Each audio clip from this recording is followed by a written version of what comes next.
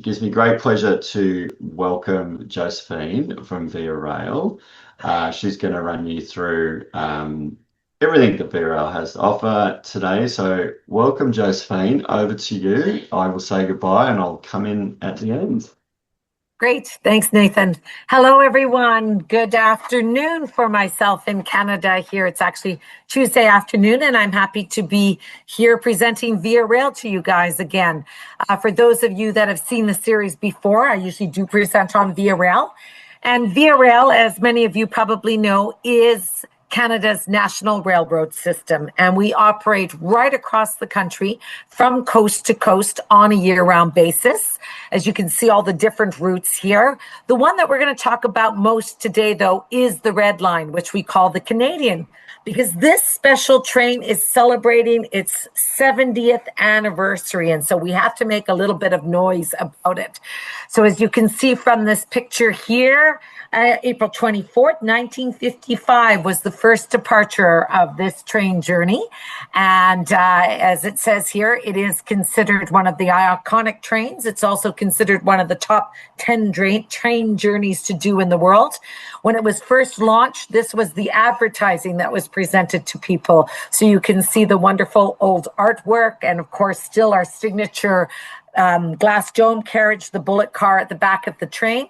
And on the right-hand side was the flyer that accompanied it. And you will notice that it, I think it's quite cute that it says all stainless steel dome streamliner. So quite a way to describe the train. It did originally go between Montreal, Vancouver, and we also had a route between Toronto and Vancouver. However, today our Canadian train is still considered a classic train journey. But we do operate today from Vancouver to Toronto. We operate 2 times a week on a year-round basis. It is a grand journey of 4 days and 4 nights. And traveling on this train allows you to see the big landscape of Canada. You can see our summer train here, so it's quite a long train. Some of the views that you're going to see, of course, a highlight is the mountains. So we're approaching towards Mount Robson at this point. We do see the mountain scenery always on the train, whether it be winter travel or summer travel, because, of course, we go through this area during daylight hours. We travel along a lot of rivers and lakes, so a lot to see there. But I wanted to point out actually the sky here. You can see that there's a storm building, and that's one of the neat things when you're traveling along. To be up in the dome carriage during a sunrise is quite special, or a sunset. In the fall, we, of course, are able to highlight all of our changing colors, as you can see here. Winter is an absolutely magical time to travel with us because, as you can see, it's a winter wonderland. Incredible scenery along the rivers, lakes, and through the mountains also, again, showing the approach into Jasper. If you make it a little bit further east, then Jasper also, once you start to cross the prairies, you can see the wonderful iconic views of the old grain elevators. We do see a lot of animals on the train also, elk, deer, birds in particular in the wintertime. In the summertime, of course, you have a chance to see all of those animals along with bears too.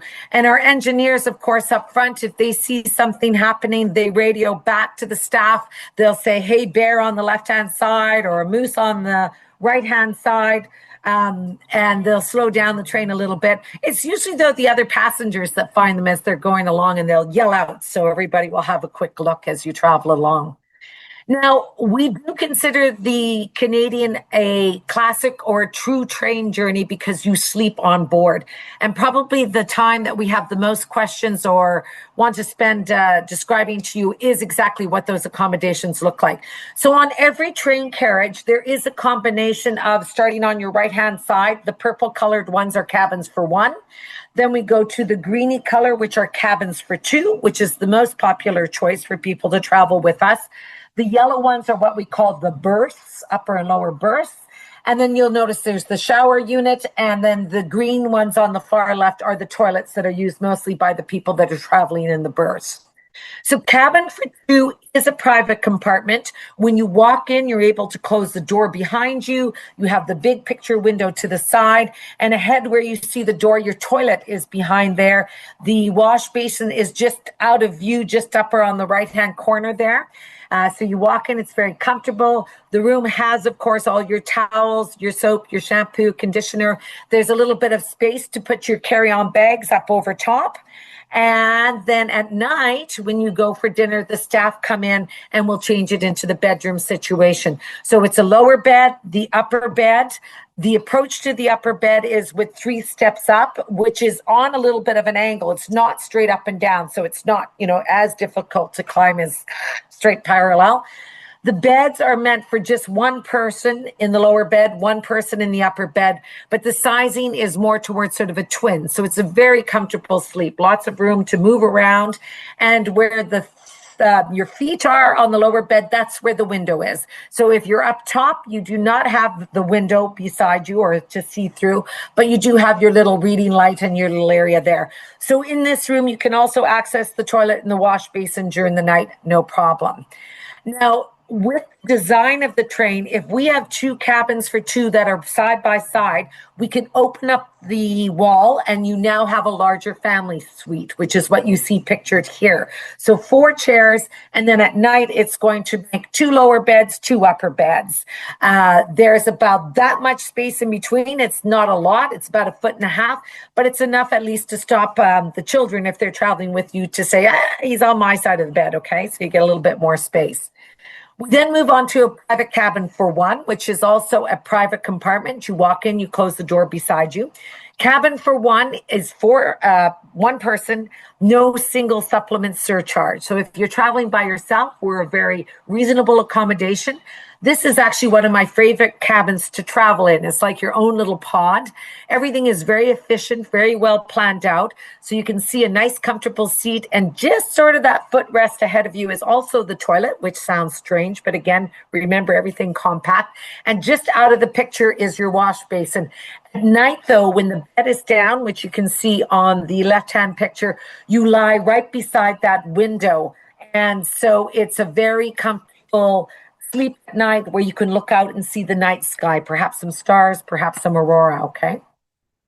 So if you have 2 people traveling together where you both want your own compartment perhaps, or your own lower bed, as you can see the 2 people talking together, you're right side by side, so very close, okay? We then move on to berth accommodation. This is the least expensive accommodation to travel with. 1 person takes a comfortable seat, the other one, big picture window. And at night, it's made into a lower berth that is made private by closing its own curtains. Up the ladder is your upper berth up top, made private by closing the curtains. So if I am traveling by myself and I book the lower berth, I may never necessarily see the person who has the upper berth booked, okay? And the lower berth is my own space. I can close my own curtains. I don't have to worry about any interaction. The lower berth does have the window, so again, very comfortable, allows you to look out. And then the toilet is just around the corner. If you have a couple traveling, you can also book 2 lower berths across the hall from each other. So then you each have that lower space and each have a window to look out, and no one has to go up the ladder to the upper one, okay? The shower compartment is nice and large, very clean, very comfortable, lots of hot water, and your kit is in your room. You go shower, the staff come in and clean up in between. There's no book times or anything like that. You just go whenever it's available, and it is available 24 hours also. We then move on to our prestige class, which is our premium level. As you can see, a much bigger compartment here. It's about 1.5 times the size of the cabin for 2, much larger picture window. This cabin has a full double bed as opposed to the upper and the lower bed. It has a highlighted amenity service, so you can have breakfast served in your room. It is meal included, as are the berths, cabins for 1 and cabins for 2, but prestige is also alcohol included, okay? And this room also has its own full washroom, so a shower, a toilet, and a wash basin. There is a television screen there, but we do not have Wi-Fi the whole way, so it's pre-programmed, much like flying on Air Canada, okay? Now, the Prestige Park car is the end of the carriage where you see that sort of bullet shape, comfortable seatings where you would go back and sit and chat with other fellow passengers. This Prestige Park car is exclusive to Prestige guests in the summer months. In off-peak and winter, it's accessible to anybody traveling in sleeper class.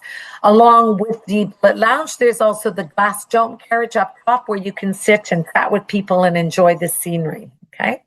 We do a bon voyage reception upon departure from Vancouver, Jasper, and Toronto. And so it's a chance for you to meet fellow passengers.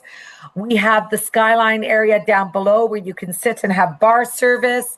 So that starts at 11 a.m. and goes till last call at 10 p.m., I believe it is. Skyline car is seated area where there are activities. The staff on board give little vignettes. They play games. They do a Canadian beer and wine tasting. So very much like a cruise on rails experience. There's puzzles out. There's games out. Again, chance to interact with other passengers. You'll see this lady is on her phone. We do not have internet the whole way, which helps with the talking to other people on board the train. But she might have been looking at something that's, basically downloaded. Internet access happens when you're at one of the big towns and you can get off. Now, on the train, you will meet Canadians traveling, so it's great. And you'll meet other international visitors also. Now, the dining car is a big feature. As you can see, it's set with the proper linens, the proper china. You're seated always in parties of 4. So if you're traveling as a couple or as a single person, again, it allows with the interaction on board the train. Food is fantastic. We theme it to the part of Canada that we're traveling through. We just introduced a new menu about 6 weeks ago, and it's amazing. And that's due in part to the chefs that travel on board with us. So as you can see, they're busy here, and Chef Paolo is carving our wonderful roast beef. We do always feature a vegetarian meal on board also. Okay. Some tips for people when they're traveling on the Canadian is that it's just a carry-on bag that you take to your room, not big bags. Those are checked into the baggage car. It's considered the true train journey because you sleep on board. You will meet Canadians. We see the mountains during daylight hours. Most of this I covered off already. Prestige Park car is open to sleeper guests and off-peak in winter. And you can book Prestige class just for the Vancouver to Jasper portion also, because of course, some people don't go the whole route with us. They just travel that short. Now, Sean's going to talk to you soon about the Yukon, and we do have a little program that we call Yukon via Jasper. So with this, you would hop on board with Via Rail in Vancouver, travel overnight for the 17 hours to Jasper, get off in that wonderful community, enjoy the town sites, some activities, perhaps see some aurora there, then take the Sundog shuttle into Edmonton, hop on a plane, and then you can fly up to the Yukon. And up there, you'll have more wonderful adventure, which Sean will tell you about. And that's it for me. I'm not going to talk about any of our other services right now, but just want to let you know that it's a wonderful experience. And for the many times that I've gone on, it's always been great and had a chance to meet lots of interesting people. So thanks for your time. Awesome. Thanks, Josephine. Always love hearing your updates. And I can honestly say, having done VRL a few times, still the best sleep I've ever had, sleeping on the train. That rocking motion is just magic. So big thanks. And yeah, the views and the service and just hanging out in the games car, playing games. Josephine is a games champion. Always got to play games when you're traveling with Josephine. So always lots of fun. So big thanks, Josephine. Any questions?